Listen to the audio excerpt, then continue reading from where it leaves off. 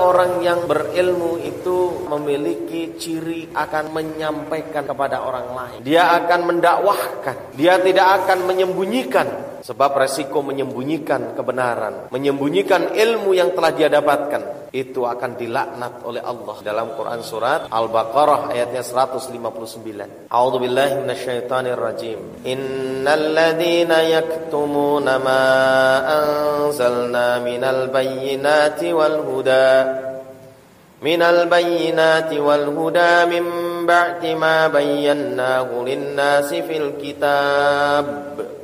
Ulaika yal'anahumullahu wa yal'anahumul la'inun. Sesungguhnya orang-orang yang menyembunyikan apa yang telah Allah turunkan berupa keterangan-keterangan yang jelas dan petunjuk setelah Allah menerangkannya kepada manusia di dalam Alkitab, maka mereka akan dilaknat oleh Allah dan dilaknat oleh semua makhluk yang bisa melaknat. Masya Allah. Makanya kalau Rasulullah mengatakan balighu anni walau ayat, sampaikan dariku walaupun satu ayat. Dalam hadis yang lain, sampaikan walaupun pahit. Memang menyampaikan kebenaran itu bukan perkara yang mudah. Akan menghadapi berbagai macam resiko sebagaimana yang dialami oleh para sahabat, yang dialami oleh Rasulullah SAW. Rasul itu kan orang yang paling baik dalam menyampaikan, paling santun, paling mau idho hasanah, tapi yo diburu karo wong sing ora seneng. Yo tetep disengiti, padahal orang yang paling santun di dunia ini adalah Rasul. Sapa sing iso nandingi kesantunan Rasulullah di dalam menyampaikan kebenaran ini? Beliau tidak ada satupun hari ini yang bisa menandingi, tapi tetap karakternya, sunnatullahnya akan dimusuhi. Dimusuhi bukan karena kebenciannya secara zahir, tetapi dimusuhi karena kebenaran yang dia bawa. Jadi kalau hari ini ada orang mengatakan kita itu harus mau itu hasanah. Mau itu hasanah mana dengan Nabi? Nabi itu juga memiliki resiko di dalam menyampaikan. Ini sudah sunnatullah. Coba kita lihat kalau tidak percaya.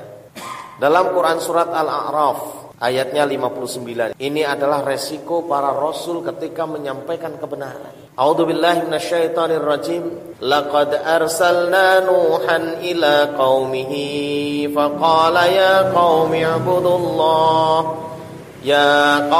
ibudullah ma lakum min ilahin ghairu inni akhafu 'alaikum 'adaba yaumin 'adzim. Qala al-mala'u min qaumihi inna lanaraka fi dhalalin mubin. Sungguh Allah telah mengutus Nuh kepada kaumnya. Untuk apa Nuh diutus? Agar menyampaikan, ya qaumi ibudullah, wahai kaumku, mengabdilah hanya kepada Allah. Malakum min ilahin ghairu, jangan kamu mengabdi kepada yang lain. Sesungguhnya aku takut kamu akan ditimpa azab. Apa jawaban kaumnya? Apa jawaban tokoh-tokohnya? Apa jawaban kiai-kiainya di saat itu? Dia mengatakan, qalal mala'u min qaumihi inna lanaraka fi dhalalin mubin. Sesungguhnya wahai Nuh, kami memandang kamu dalam keadaan sesat. Jadi ketika orang itu berbicara kebenaran, dianggap sesat. Buka juga Quran surat Al-A'raf 65. Wa ila 'adin akhahum huda qala ya qaumi ibudullaha ma lakum min ilahin ghairuh afala tattaqun. قال الملأ الذين كفروا من قومه إنا لنراك في سفاهة وإنا لنظنك من الكاذبين. Dan Allah telah mengutus kepada kaum Ad, saudara mereka sendiri yang namanya Hud. Apa yang dikatakan Hud kepada kaumnya? Ya qaumi ibudullah, wahai kaumku, mengabdilah hanya kepada Allah saja. Janganlah kamu mengabdi kepada selain Allah. Mengapa kamu tidak bertakwa kepadanya? Apa jawaban pemuka-pemukanya? Apa jawaban tokoh-tokohnya ketika didakwakan kebenaran seperti itu? Tokoh-tokohnya mengatakan, sesungguhnya wahai Hud, kami benar-benar memandang kamu orang yang kurang akal. Dan sesungguhnya aku menganggap kamu termasuk sebagai pendusta. Ini kalau menyampaikan kebenaran begitu. Jadi orang yang alim itu karakteristiknya akan nyampaikan kebenaran. Resiko itu memang sejak dulu zaman Rasulullah punya resiko. Saya sudah katakan tadi bahwa Rasulullah itulah orang yang paling santun, paling hikmah di dalam menyampaikan. Ya, di dalam memberikan mau'idhah hasanah itu paling hikmah. Bil hikmah wa mau'idhatil hasanah itu adalah Rasulullah. Tidak ada satupun yang menandingi beliau. Tapi mengapa beliau termasuk orang-orang yang dibenci oleh kaumnya? Kenapa? Karena kejujurannya di dalam menyampaikan. Jadi ada satu kisah dari Abu Dzar Al-Ghifari radhiyallahu anhu, seorang sahabat Rasulullah SAW. Beliau mengatakan, sekiranya wahai para raja, engkau meletakkan sebilah pedang di mulutku ini, agar aku menyembunyikan satu perkara yang aku dengar dari Rasulullah SAW, maka pasti tetap akan aku sampaikan urusan ini, walau kalian tidak izinkan, walaupun tidak disukai.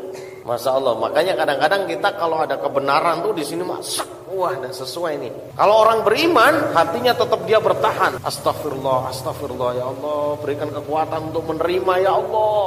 Bisa jadi ini ada hikmah dari ayat innamal mu'minuna alladzina idza dzukirallahu wajilat qulubuhum wa idza tuliyat alaihim ayatuhu zadatuhum imanan wa ala rabbihim yatawakkalun. Orang beriman itu memiliki ciri kalau dia disebut nama Allah dia tergetar hatinya, tersinggung. Masya Allah, ini ayat ini, masya Allah, nggak cocok ini.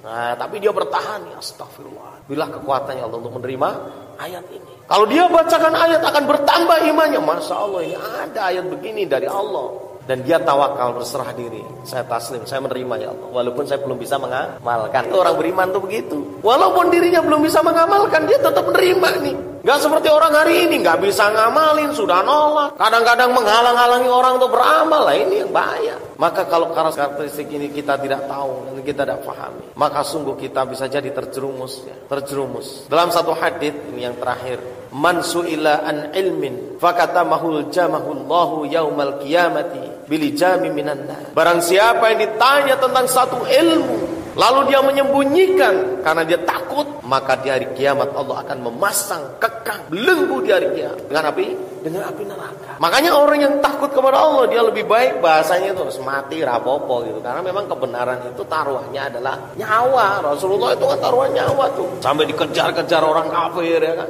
mau dibunuh sampai dia hijrah kemana itu, ke gunung itu, gua itu bersama dengan Abu Bakar As-Siddiq. Itu kan karena kebenaran, bukan karena ngambil sandal jepitnya tetangga. Kalau ada anaknya yang kuliah ditanya bu, kalau pas telepon, kamu sholat subuh di mana kamu? Gitu. Walaupun sudah punya istri, udah kerja. Karena apa? Jangan takut kalau jatah bulanannya dikurangi. Ditanya aja tuh, temennya siapa, ngajinya di mana, begitu. Ya, jangan takut bu. Insya Allah rezeki Allah yang akan kasih. Ini untuk kebaikan kita bersama. Jadi jangan khawatir, dengan anaknya sendiri pun gak boleh takut. Takut ngeleki sholat, aku ngeleki sholat, anakku jengkel, aku ora dikirimi bulanane. Wah, nah, itu namanya kebenarannya tersembunyi tuh. Bulan puasa nggak ditanya, ke poso porale, nggak ditanya. Naudzubillah kalau seperti itu, berarti kita telah menjual kebenaran ini dengan harga yang sedikit.